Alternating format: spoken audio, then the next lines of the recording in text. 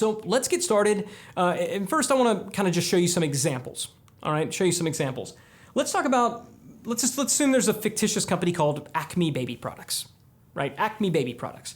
And Acme Baby Products sells a bunch of, kind of new, modern, cutting edge kids products. And one of the ones that they have is, that's really cool, is kind of like this soft, squishy tub, right? Soft, squishy tub so that you can bathe an infant. It stays warm, really cool, right? So let's think about our who. Who's our prospect? Who are we selling to? In general, new moms. Got baby products, need a new mom.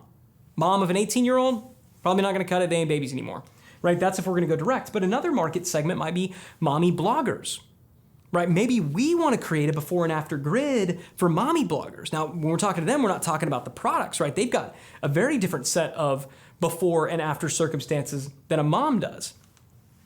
And also retailers, right? A retailer, a baby products retailer, Babies R Us or something like that, they're gonna have different needs. So here's the first thing that I want you to do. I want you to fill out your different customer segments, but understand one thing, you are going to create a before and after grid for each and every one of these customer segments. So go ahead and write them all out, but then circle the one that you're doing for this one, okay? Or if you wanna print out multiple ones, just write one of them for each segment, but one before and after grid per segment. All right, per segment, because these are very different markets. And how do you define a segment? Do I know if it's a segment or just a different chunk of the market or whatever? Here's how you would define a unique segment. If their desired after is different, it's a different segment. The desired after for a new mom is just to not go insane. The desired after for a mommy blogger is probably to have some content flooding in, cool stuff to talk about with their audience. The desired after for a baby retailer is to stock their shelves with products that sell through really quickly. All three of these market segments, all three of these customer segments, all three of which could be very real customers for Acme Baby Products, all have different afters. If it's a different after, it's a different before and after grid. Make sense? So let's assume for this one, we're gonna highlight new moms. For this before and after grid, we're talking about new moms. So what's the before state of a new mom? Well, for one, they got a cold, hard tub. Certainly with respect to bathing their infants, right? Right now they got a cold, hard tub. That's what they have. And when we're creating these before and after grids, we're looking at 5 categories. Have, feel, average day, status, and good versus evil. Have, feel, average day, status, and good versus evil. These are the 5 ways that we can begin to articulate the shift from the before state to the after state. What do they have before versus what do they have after? What's their emotional state before versus their emotional state after? What's an average day in their life like before versus after? What's their status before and after? And then what's kind of the bigger systemic, broad issue that they're trying to tackle, the real good versus evil thing that's going on in the world, and what's their situation with regard to that before and after. It's kind of hard to understand now. It'll make more sense when I dive in. So going back to have, what does the mom trying to bathe her infant have today? Well, today she has a cold, hard tub. What about feeling? Well, she feels kind of scared and frustrated. If you ever try to bathe an infant, you know how that is. It's kind of terrifying to bathe an infant. It's a little bit scary. They're all soapy. You don't want to drop them. What's an average day like? Well, bath time is terrible. It's frustrating. They're writhing around. The baby doesn't like it. They're cold. They're wet. They're freaking out. You're frustrated. You're wet and soapy. I got 4 kids, so I've lived this. And status, they're generally unappreciated, right? Moms, especially moms of little babies, they're kind of unappreciated. They're walking around most of the day covered in vomit and spit up and stuff like that. And in terms of good versus evil, what's the big broad thing that's going on right now? They're being told that they can't have it all, right? And this is a big thing in the parenting world with moms in particular. Hey moms, you can't have it all. You got to pick, right? Are you going to be, are you going to work? Are you going to raise your kids? Or are you going to be kind of the mom that's everything's all frazzled and crazy? You got to pick, but you definitely can't have it all. So that's the big thing that's going on in the world. That's their before. Now, how can some baby products, how does a soft squishy tub in particular get them to an after state? Well, so before they have a cold hard tub, now they've got a warm squishy tub. That's nice. And this is where most marketers stop, by the way. They want to talk about how the tub itself was, leverages, NASA it was developed by NASA to protect the space shuttle and blah, blah, blah, blah, blah, and that's why it holds in the warmth, right? That's what people want to talk about. And that's okay. But in general, most moms don't wake up saying, you know what? My tub's okay, but I mean, it's kind of cold and hard. I sure wish I had a warm, squishy one. It's just not what we think. So let's move down, because as you move down, the impact, the impact of the message on your market becomes greater and greater and greater. So what do they feel? How do they feel differently? Now they feel confident and in control. So before they were scared and frustrated, but now that they've got this nice kind of small tub, it's soft, just a little bit of water, the baby's calm, so they feel calm. They feel confident and in control, whereas before they felt scared and frustrated. Okay, now we're getting somewhere. Average day. Before, bath time was terrible. Now, bath time's enjoyable. It's actually an enjoyable thing. And this is important because if you've raised babies, you know that baby stage is brief. That's a tiny, tiny short moment in the life of your child. Really, really, really brief. So we want to enjoy that. So now think about it. This soft, squishy tub, it's not just, it's not just making us feel confident and in control. It's not just a tub. It's actually giving us more precious moments with our child. It's a big deal, right? We're moving really far down this continuum now. And as for the mom, well, she's not unappreciated anymore. She's super mom. Why? Because when all the other moms in the moms groups are complaining about, bath time's so terrible, she could say actually, I really love it. I think it's great. And it's because of this amazing warm squishy tub from Acme Baby Products, right? Her status amongst her peer group can actually change because of this product. Now, they're not necessarily going to just realize that on their own. There needs to be messaging that puts forth that idea, right? So we'll get to that later on, but I want you to be thinking about this process. And then finally, good versus evil. Yeah, moms, you can have it all, right? I can envision, a video that has this very frazzled and frustrated mom, and then afterwards she's got her stuff together. You got the baby squirming, and now she's washing her baby, and they're smiling and they're cooing, and then she puts the baby to bed, and now she's kicked back reading a book because she has all the time, and she's so relaxed because of Acme Squishy Tub. You can see how, with such a simple product, right? And whether it is a soft, squishy baby tub, or maybe a cozy pacifier, or whatever, you can begin to really speak to this market and not talk about your product. You can shine the spotlight on them and make them the hero and make their after really matter, and then show how something as stupid and simple as a tub can actually dramatically change somebody's life, right? You see how much more powerful that is? And the Squishy Tub 9000 was developed by NASA astronauts to protect us. No, right? They don't freaking care. They don't care that your company's been around for 15 years or any of that crap either, right? What are you going to do for me? What are you going to do for me? Now, when you're done and you go to fill in your products and services, yes, by all means, write what you have or write what you're thinking about, but also leave some space to ask yourself, what else could we roll out from a product development perspective that would help get them from here to there? When you begin to think not just what are your product ideas, but instead you say, our audience is here, they want to be here, it opens up a lot more ideas for products. Let's do another example. Let's talk about a lawn care company. Lawn care company, clearly they're talking about homeowners. Usually they're selling to the man and to the dad, oftentimes women also, but in this case, let's assume it's a guy, right? So, what does Mr. Homeowner have before he has dead grass and weeds? Dead grass, weeds all over the place, or a lawn too high, right? Pretty simple. How does that make him feel? He feels annoyed and he feels exhausted because he has to mow it or he has to weed. Average day, Saturdays suck. Saturdays are totally wasted. They're gone. They're spent mowing the lawn and sweeping up all the clippings and all that crap. Saturdays are done. And it's a bummer because it's really kind of the only day he's got. Status, he's working the land. He's not he doesn't own the land. He's having to work his land. He's like a serf, in the old school, Britain, having to work the land, right?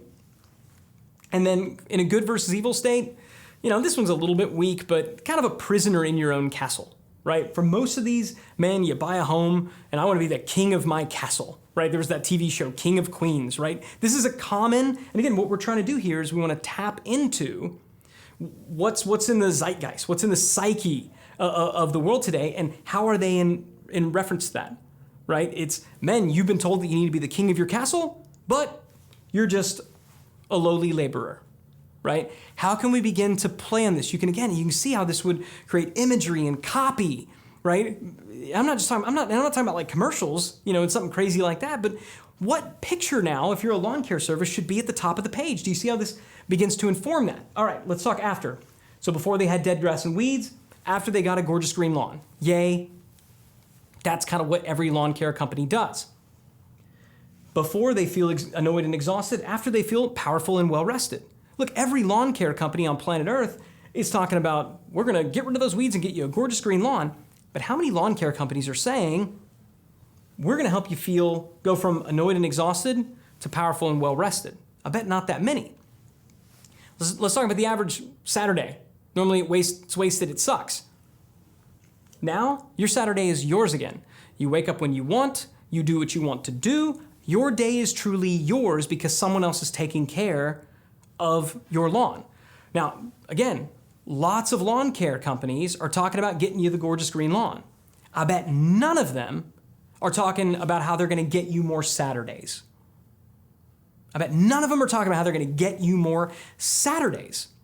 So what should be at the top of that page? Should it be, look at this pretty lawn, or should it be somebody kicked back in a hammock on a Saturday sipping a drink? Right? You can see how this begins to inform messaging, imagery. What are you going to talk about? What are you going to explain? Speak to the after, right? Not to the fact that you've got the most current lawnmowers and your team is bonded and ensure they'll freaking care. Just give me a Saturday. Status, before they're forced to work the land, now they got the best lawn on the block. Right? They've got the absolute best lawn on the block and they didn't have to do it. Their neighbors are coming over. They're like, hey neighbor, your lawn looks amazing. How'd you do it? Right? In many neighborhoods, this is a thing of respect. Maybe they win the lawn of the month kind of thing. Good versus evil. We talked about being a prisoner in your own castle. Now we got them back to you're the king of the castle, right? You can picture, hey man, now you're the king of your castle. You're the one barking orders and telling everybody what to do. Believe me, if you're, a dad with kids, you would love to be able to tell someone what to do because in general, you're getting bossed around, right? So you're a lawn care company. You can now sell these homeowner dads more Saturdays and a whole lot more dignity with a side of gorgeous green lawn. Speak to the real after. Speak to the real desired end result. So they're doing mowing and maintenance, they're doing fertilizing, sprinkler install and repair, but what else, right? Now that you know that this is where your person wants to be, what else could you do? Ask yourself, what are other things that they might have to do that they don't want to do on a Saturday? If you're in the Saturday business, then maybe you should expand beyond just lawn care. Should you start a handyman service? Say, we can take care of all this stuff. Let us give you 100% of your Saturdays back.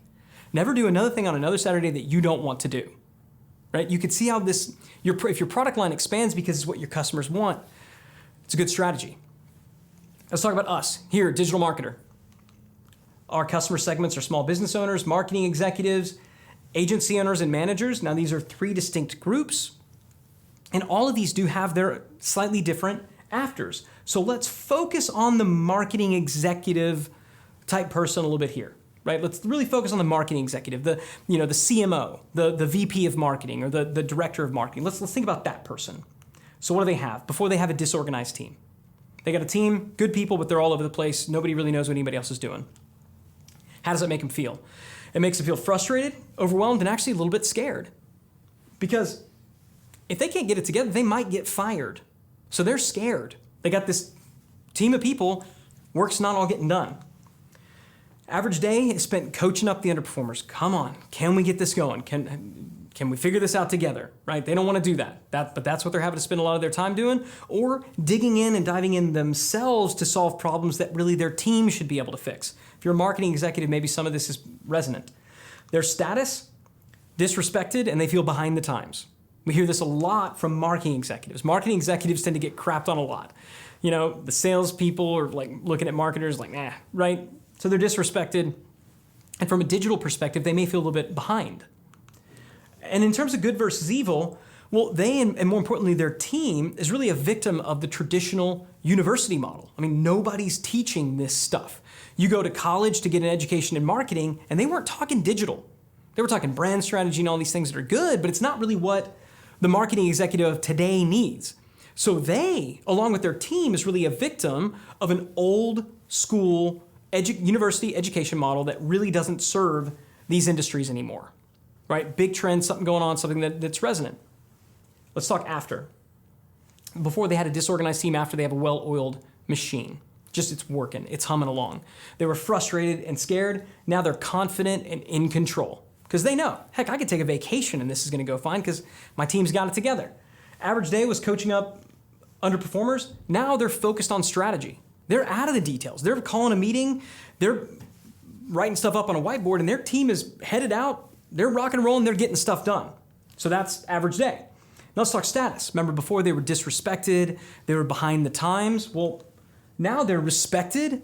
They're up to date and they're maybe even up for a promotion, right? It's not that they're afraid of getting fired. It's that people are like, God dang, Jimmy, good job on that, on all the sales and leads that we're getting. That's awesome. Thank you, right? Everybody's clapping them.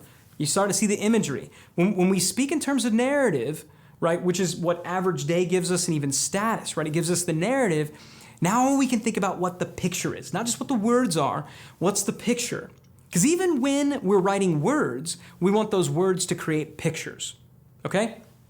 Good versus evil, remember before, both themselves and their team was a victim of the traditional university model. Now, because of Digital Marketer HQ, our training and certification program, they're helping train the marketing leaders of the future. They're doing it, right? They're like a professor. So now we're elevating not just their status, but we're solving a major problem that's going on right now, which is that the traditional university model is failing a lot of these fields, right? It is failing the digital marketing fields and it's failing the students going through them that want this education and want to get into these fields. Make sense? So we got him as a true hero. And what do? We do digital marketing training. We have hiring guides and a job board to help them find people. But what else should we do, right? If this is the after that they want, what else can we provide to get them there? That, by the way, is the reason that we launched our job board. Because when we looked at this, we said, this is what they need. This is what they want.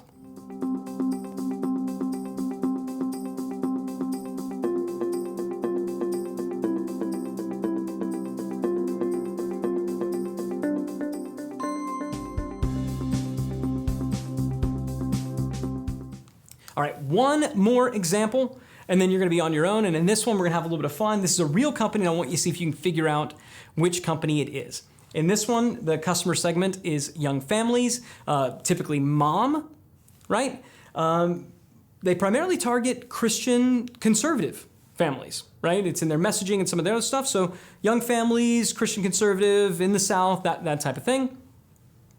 Now, before, these moms and their kids are hungry and they're busy, right? They feel guilty because there's not a lot of good options in terms of fast food, right? So they feel a little bit guilty that they're taking their kids through McDonald's and getting them a greasy hamburger, and their average day is driving up to drive through the crackly speaker, well, can I take your order, right? And the people are rude and the food is greasy and they're feeding this garbage to their kids. Their status, they're a bad human and a worse parent. At least that's how they feel. I'm not projecting judgment on parents that take their kids to fast food restaurants, but bad human, worse parent, that's the belief. That's the status. And in terms of good versus evil, we got childhood obesity epidemics. We've got a general decline in family values, right? So, enter this company to the rescue. Here's the after they're giving. Before, hungry and busy. Now we're full and satisfied. Terrific. This is a restaurant, if you couldn't already tell. All restaurants provide this feature. Before you're full, before you come in hungry, you leave full. Yay. Let's go down. How do they feel? Remember, before they felt guilty, like there weren't any good options. Now we feel positive and energetic, not just because the food is a little bit better, but the people there were better. The average day, crackly speakers, rude people. Now you walk in and there's smiling faces and the healthier food. Even if you go through the drive-thru at lunchtime, in many places for these restaurants, if it's busy, there's people out there taking your order with a clipboard so you don't have to talk into the speaker. They're out there, hi, welcome, we're so glad that you're here. Taking your order, typing in, okay, great, go ahead. They got greeters in the drive-thru line. Brilliant, right? Status, you're a bad human and a worse parent. Now you're a great human, you're an amazing parent, and you're a solid American. And I do apologize, this example is very American, but hopefully those of you outside of the States will know it as well. And in terms of good versus evil, childhood obesity epidemic, now we're offering healthier fast food and with a side of family values. Now, they are selling chicken sandwiches, chicken nuggets, chicken, you get the idea. And if you couldn't tell which restaurant I'm referring to, it is Chick-fil-A, right? Chick-fil-A realized that this is the before state of the busy mom, of the busy family, and they care. They care about their family, they care about their country, they care about their faith, and so they dish up all three of those things to them, still in a fast food environment, right? Now, is a fried chicken sandwich that much healthier than a McDonald's cheeseburger? I mean, a little, I guess, but it's not that much healthier, but you feel better about it. You don't feel like you're giving your kids junk, right? And so that's how a fast food restaurant like Chick-fil-A can have a dramatic impact on the before state and after state and the transformation of their customers, right? So those are some before and after grid examples. Now it is your turn. If you haven't already done so, print out your before and after grid. You can write your company name at the top. Remember, 1 grid per customer segment. Take a little bit of time, and I do encourage you, involve your team. Really think this out. Get it big. Ask them, okay, hand everybody Post-it notes and say, who's got some ideas? What do they have? And they're writing stuff down and they're sticking them to all these different sections. They're stick and feel, and everybody's going, okay, what do they have over here? And then you can brainstorm maybe different products and services based on this, right? Maybe black ink for, or yellow Post-it notes for product services that you have, orange ones for ones that you don't. However you choose to do it, by yourself, pen and paper, with your team, blown up big with Post-it notes. Doesn't matter to me, but do it. All right, do it, get it done. This is the most critical aspect before we move forward. So get your before and after grid done, 1 per customer segment. Do it, and I'll see you in the next video.